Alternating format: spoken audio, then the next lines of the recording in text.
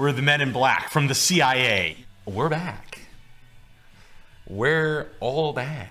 Just got back from Maine. Had a trip to Maine. Took that rental car I had for a doozy. Took that rat box Porsche Cayenne for a 2,000-mile road trip. What do you mean I couldn't drive it 2,000 miles? It was worth it, though. It was worth. Oh yeah. 2 full tanks of gas, driving it, 100 miles an hour down dirt roads. Stuffing it with 20 new rugs.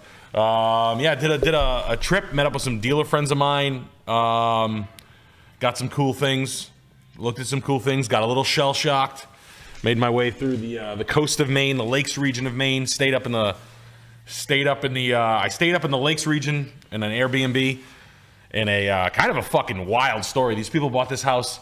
First guy bought the house for $300. This yuppie couple bought the house for $700.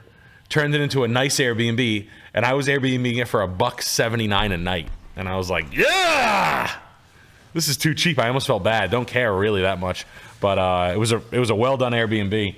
I don't know how protected your investment is. I mean, they probably just have so much money they don't care. But yuck. So then I went through the hellish landscape of central Maine, looking for things. Realized that everybody's a fucking outdoor toy collector. Welcome to Maine's largest outdoor selection of child's toys. This is where I store Little Tykes, my collection of Little Tykes cars, basketball hoops, slides, and any injection molded large format plastic toy parts.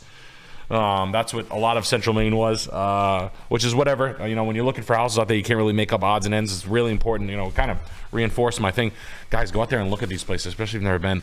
Ended up in Wiscasset, Maine. I like the coast Maine. Central Coast Maine is where I think I landed on. Spent a couple nights in Portland at the Blind Tiger Hotel, which is interesting because it's a 9-room hotel, and you know the rule of thumb. The rule of thumbs with hotels. It's 20 rooms or you don't make any money, and this was a 9-room hotel, and they were part of a chain, so I looked up all the bigger chains, and it looks like they restore Victorian, so I want to talk to that guy face to face and see how the fuck he makes money, because I can't imagine that there's a big giant office in that, but it was fun. We had a great time. I'm going to do a bit with you later on that I wrote with my wife when we were on the Harley. We have the microphones on the Harleys, and we were talking helmet to helmet, and we were writing some funny bits. It was good. It was a good time, man. But really eye-opening. I mean, I got a little shell shock. Sticker prices were strong.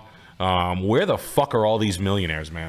Like, who the hell are we in a new phase of the United States where we're just going to be like Europeans, where we just pay $1 million for everything, like the Australians?